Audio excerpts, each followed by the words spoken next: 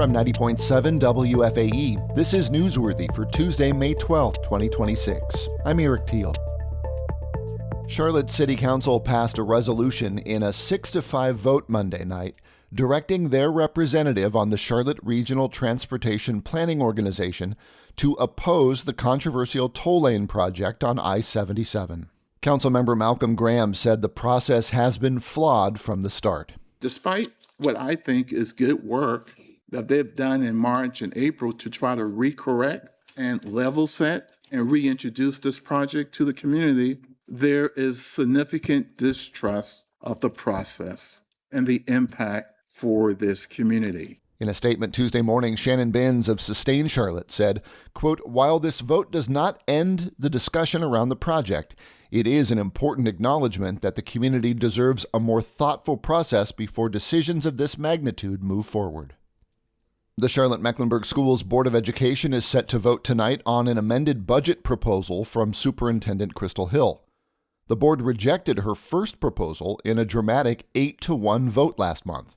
James Farrell has more. The board has met 3 times since the April 28th vote, culminating in a contentious 5-hour hearing last Friday, where the board told Hill to deliver an amended recommendation by Monday at 3 p.m. Board Chair Stephanie Sneed confirmed to WFAE Monday that Hill had submitted a new proposal. Under state law, CMS must adopt and submit its budget proposal to Mecklenburg County by this Friday. Hill had previously proposed a $2.1 billion spending plan that included roughly $6 million in cuts to guard against state budget uncertainty. But board members have had questions about the impacts of some of those cuts, including central office staff and the elimination of lunch monitors. Board members have also voiced frustration about the budget process and said staff answers to their questions have been insufficient. James Farrell, WFAE News. A plan to bring red light cameras back to Charlotte took a big step forward Monday after winning approval from the City Council's Safety Committee. Kenneth Lee reports. The committee voted unanimously 4-0 to advance a city-funded program to place 10 red light cameras across Charlotte. If approved by the full council, the city could fine red light runners $75 per violation, with majority of revenue benefiting Charlotte-Mecklenburg schools. The program would cost $600,000 annually. The committee also considered having CMS run the program and reimburse the city for expenses, but Councilmember Ed Driggs said he wasn't sure lawmakers in Raleigh would approve that plan, which they would need to do. Hate to be negative, but I'm just saying the environment is such that I don't know about the politics of that. Charlotte previously had red light cameras from 1998 to 2006 before the program was axed due to cost concerns. Kenneth Lee, WFAE News. With Charlotte Mayor Vi Lyles resigning next month, former Charlotte Mayor Jennifer Roberts is throwing her hat in the ring with a pitch to be the city's interim mayor. Eli Portillo has more. Back in 2017, Vi Lyles defeated incumbent Mayor Jennifer Roberts to win the first of her 5 terms. Lyles announced last week that she'll step down June 30th, almost 18 months early. In a letter to City Council on Monday, Roberts said that she wants to fill out the balance of Lyles' term. Roberts said she wouldn't seek to run in 2027 if she were appointed, and that she wouldn't take a salary. Charlotte City Council will pick the interim mayor in the coming weeks. The candidate they select must be a Democrat like Lyles. It's unclear if Roberts would be able to win the support of a majority of City Council members. Eli Portillo, WFAE News. Data centers have become a divisive political issue on the Charlotte City Council, one that took center stage during Monday night's meeting. Zachary Turner reports. The City Council discussed what to do about data center development and the water, power use, and noise residents worry about. The city found that one data center under construction near University Place could use as much as 1.2 million gallons of water per day during the summer, roughly the equivalent of 4,000 homes. Councilmember Lawana Mayfield said the city needed more information on the cost of hosting modern data centers. But we're also recognizing that our state has created incentives for certain companies, which is putting a strain on our resources.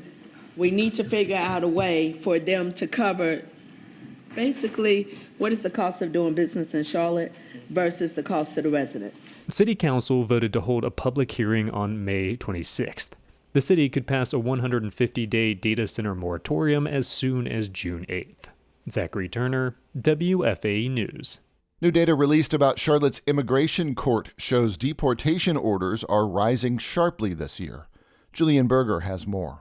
Immigration judges at Charlotte's Immigration Court ordered more than 7,000 removals between January and April.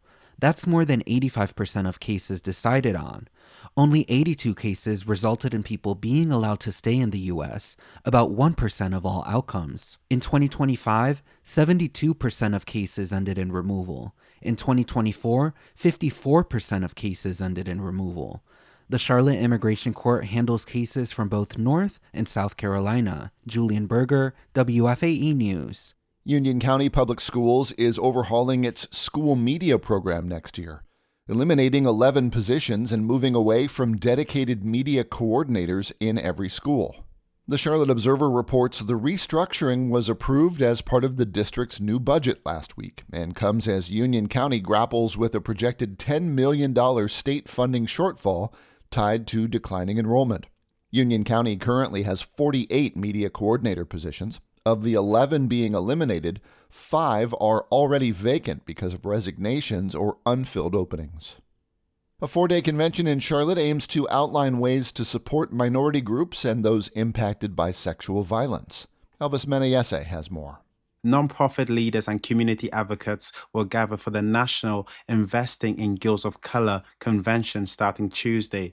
The gathering aims to highlight ways to provide holistic support for young girls and those who are gender expansive. Dr. Monique Kufson leads Grant Makers for Girls of Color. They want career paths that make sense for them, but they also just want joy and safety and love in their communities. Kufson says the convention will also feature Tarana Berg, who is behind the Me Too movement that supports survivors of sexual violence. Protecting the bodies of girls is a critical part of this work that we do to resource girls, to think about how girls' bodies are safe, but also how their emotional and social safety is something that requires our specific interrogation and engagement. The convention wraps up on Friday. Elvis Menayese, WFAE News.